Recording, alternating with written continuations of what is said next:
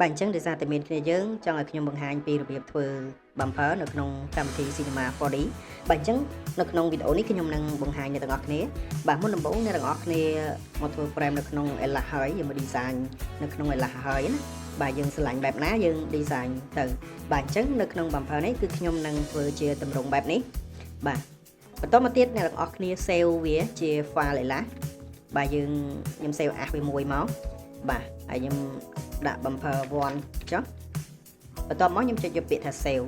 ហើយនៅត្រង់កន្លែង Ella នេះនៅត្រង់កន្លែងនេះយើងរើសយក Ella 8មកហើយអូខេបាទ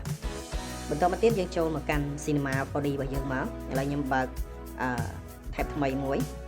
អូខេបន្តមកខ្ញុំចូលមកកាន់ត្រង់ file ហើយយកពាក្យ merge object នេះទៅហើយយើងមកយក file ដែលយើងបានធ្វើនៅក្នុង Ella ហើយ save ចេញមិញហ្នឹងបាទខ្ញុំចុច open មកហើយចុចយកពាក្យអូខេបាទអញ្ចឹងនៅត្រង់កន្លែងនេះវាអត់ទៅចំកណ្ដាលទេអ្នកទាំងអស់គ្នាមកមើលនៅត្រង់កន្លែងនេះបាទហើយយើងដាក់វា0ទាំងពីរមកបាទអញ្ចឹងវារត់ទៅចំអកណ្ដាលហើយ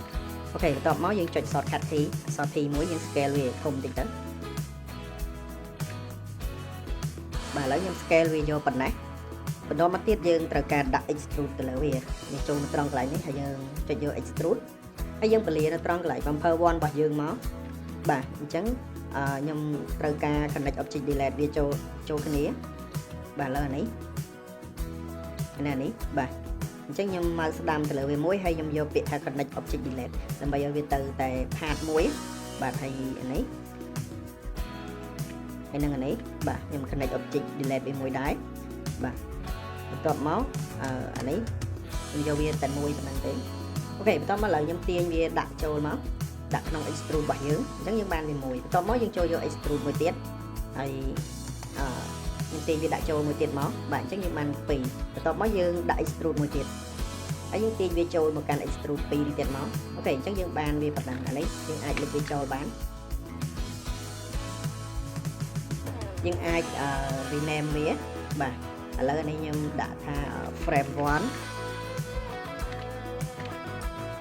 ហើយអានេះខ្ញុំដាក់វាថា frame 2ចុះ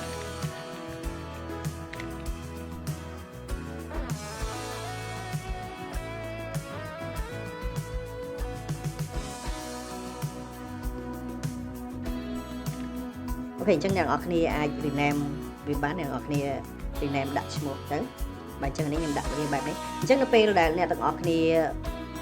ឃើញបែបនេះអញ្ចឹងវាលៀនបាទវាមកហួសវាអត់ស្មើគ្នា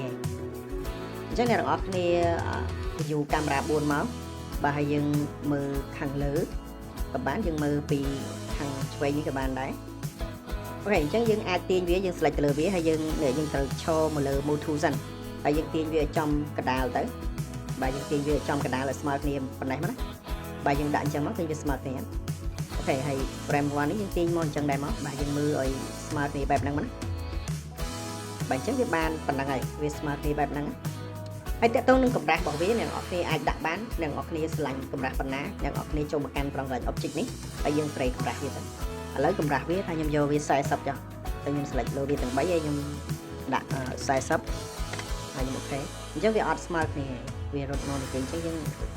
ទាញវាបញ្ចូលថែមតិចទៀតទៅអូខេយើងទាញវាឲ្យចំកណ្ដាលទៀតទៅឲ្យស្មើគ្នាអញ្ចឹងអ្នកនរគ្នាអាចពង្រីកឲ្យយ៉ាងធំតិចទៅយើង scroll មកវាពង្រីកហើយអូខេអញ្ចឹងបានប៉ុណ្ណឹង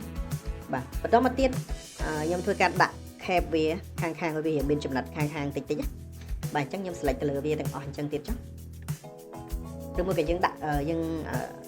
ដាក់ម្ដងមួយក៏បានដែរអញ្ចឹងយើងចូលមកកាន់ cap ហើយយើងចូលមកកាន់ត្រង់កន្លែង round ហើយយើងចូលកន្លែង side នេះយើងស្រីវាឃើញទេអញ្ចឹងវាមានចំណិតមកហើយណាអូខេframe 1នេះអានេះខ្ញុំក៏ដាក់អញ្ចឹងដែរបាទខ្ញុំយកវាប៉ុណ្ណេះបាទយើងដាក់មើលមកសមទៅអូខេអញ្ចឹងបានប៉ុណ្ណឹងហើយ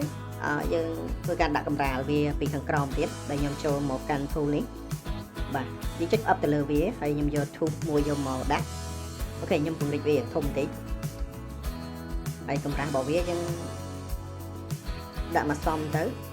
ហើយត្រង់កន្លែង segment នេះអ្នកនរគ្នាចង់ឲ្យមូលដាក់100ទៅបាទអញ្ចឹងវាមូលហើយបន្ទាប់មកយើងទាញវាមកក្រោមបាទខ្ញុំដាក់វាធំបន្តិចចុះបាទអញ្ចឹងបានប៉ុណ្ណេះហើយខ្ញុំ copy វាមួយទៀតបាទយើងចុច control ជាប់ហើយយើងចុច mouse ឆ្វេងជាប់ទៅ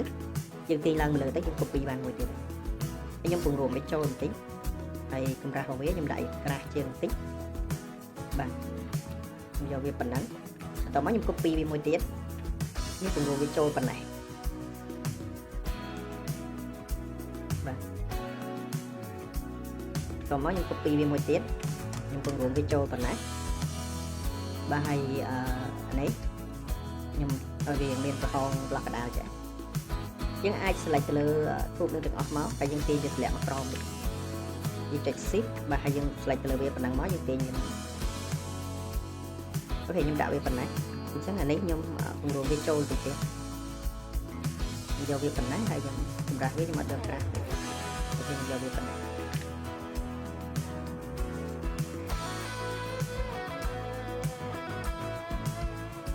ណាវាដើរតិចមើលទៅយើងអត់អូខេខ្ញុំយកវាប៉ុណ្ណឹងទៅ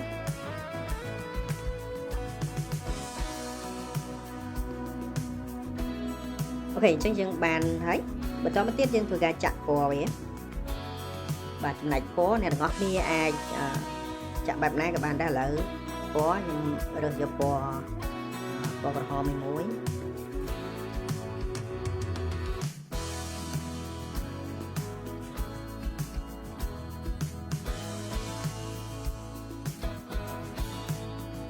ខ្ញុំយកពណ៌នេះមកទៀត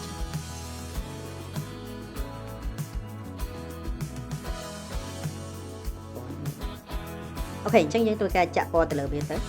ចំណែកពណ៌យើងអត់មានអីពិបាកចាក់នេះយើងគ្រាន់តែទាញដាក់ទៅវាចាក់ឲ្យយើង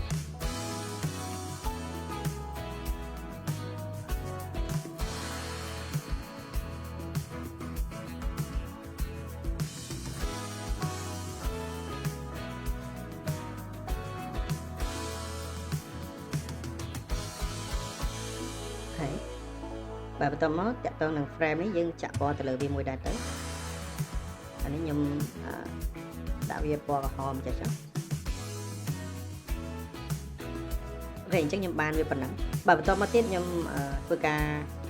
copy វាមួយទៀតប៉ុន្តែយើងត្រូវសម្រាប់ពណ៌វានឹងមួយសិននេះ sorry យើងសម្រាប់វាសិនយើង make enable វាបាទយើងចុចត្រង់កន្លែង make enable នេះមកតែយើងពលាត្រង់កន្លែងសញ្ញាលេខបូកហ្នឹងអញ្ចឹងយើងត្រូវចូលមកកាន់ tool នេះបាទ polygon បន្តមកទៀតយើងម៉ៅស្ដាំនៅត្រង់កន្លែងហ្នឹងហើយយើងរកមើលពាក្យថា split បាទទៅត្រង់កន្លែងនេះប៉ុន្តែនេះវាអត់ឲ្យយើងអញ្ចឹងយើង select លើវាម្ដងទៀតបាទយើង complete select ទៅលើពណ៌ហ្នឹងបាទយើងយក split មកអញ្ចឹងយើងបានវាមួយទៀតបន្តមកខ្ញុំម៉ៅស្ដាំទៅលើវាមួយទៀតហើយខ្ញុំយក extrude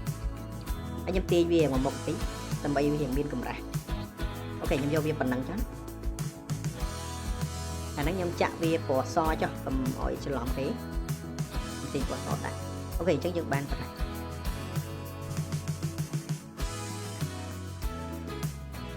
អញ្ចឹងតកតងទៅនឹងខេបខាងនេះអ្នកទាំងអស់គ្នាអាចចាក់ពណ៌បន្ថែមទៀតបានឥឡូវខេបហ្នឹងខ្ញុំដាក់វាពណ៌ក្រហមនេះចឹងណាអញ្ចឹងខ្ញុំចាប់វាទាញដាក់ទៅលើនឹងបែបហ្នឹងបន្តមកយើងមកមើលត្រង់កន្លែងនេះអញ្ចឹងខេបយើងចុចអក្សរ O ធំហើយខ្ញុំដាក់លេខ2អញ្ចឹងលេខ2វាមកមុខបន្តមកទៀតខ្ញុំដាក់វាមួយទៀតខ្ញុំ copy វាបាទហើយខ្ញុំដាក់ O1 វាទៅក្រោយបាទអញ្ចឹងអាហ្នឹងខេបខាងមុខខេបខាងក្រោយអូខេបន្តមកអានេះខ្ញុំ copy អានេះដាក់តែម្ដងខ្ញុំចុច control ហើយខ្ញុំទាញវាដាក់មកលើបែបហ្នឹងមកបាទអញ្ចឹងវាជាប់មកនេះហើយបាទអញ្ចឹងរបៀបធ្វើ bumper នៅក្នុង Cinema 4D គឺមានតែប៉ុណ្្នឹងទេអ្នកនរគ្នាអរគុណច្រើនអ្នកនរគ្នាជម្រាបលាជួបគ្នានៅវីដេអូក្រោយ